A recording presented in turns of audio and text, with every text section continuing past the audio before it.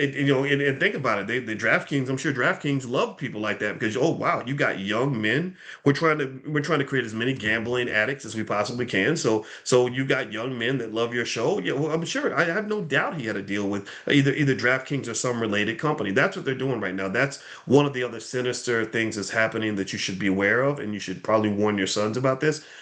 They're quietly creating a gambling epidemic in America. If you ever want to go through hell, if you ever want to put yourself in personal and financial hell, form a gambling addiction. Form a gambling addiction because gambling is the tricky. It's the economic devil. Heavy gambling is the economic devil because it tempts you.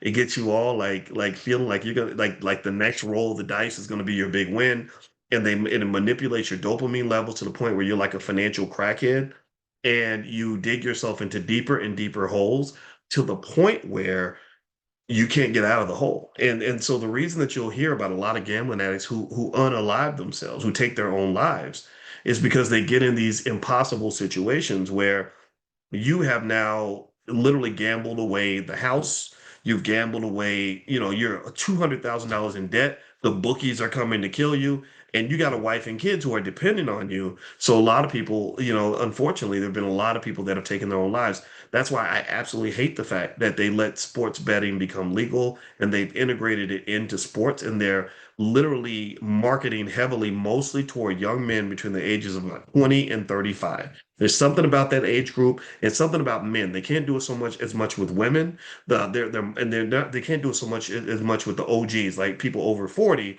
because when you're over 40, you kind of learn a couple things. But those young men between 20 and 35, because they're confident, they believe they all got a system that's going to work and whatever until it doesn't work.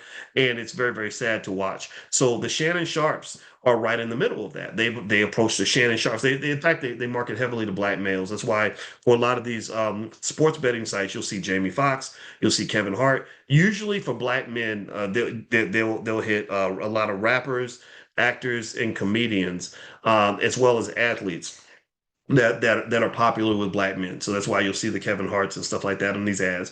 So this is coming. So when you see a headline talking about the gambling addiction epidemic in America and how it's going to be bigger than opioid, just know I told you about it 3 years before they started writing about it. But it's happening. My wife's a therapist, and she's alerting me to some of the problems that they're starting to see in the therapist's office. So the next thing I want to talk about quickly is I want to go and bring Marcus Garvey into class. So let's bring Marcus in, and I want to share something. This is on my Instagram. My Instagram is Dr. Boyce Finance. So if you ever want to have if you want to do something really trippy and weird, come to my Instagram page and just say hello. Let's see here, and let me see. Let me pull this up. And this is me just being a clown and using AI and having fun. But I thought this would be like a funny thing, cool thing to do. So let's play Marcus Garvey, who's I'm Marcus. the goatiest of all goats. And let's listen to what he says here in this video that I created just because I don't know, because I'm weird like that.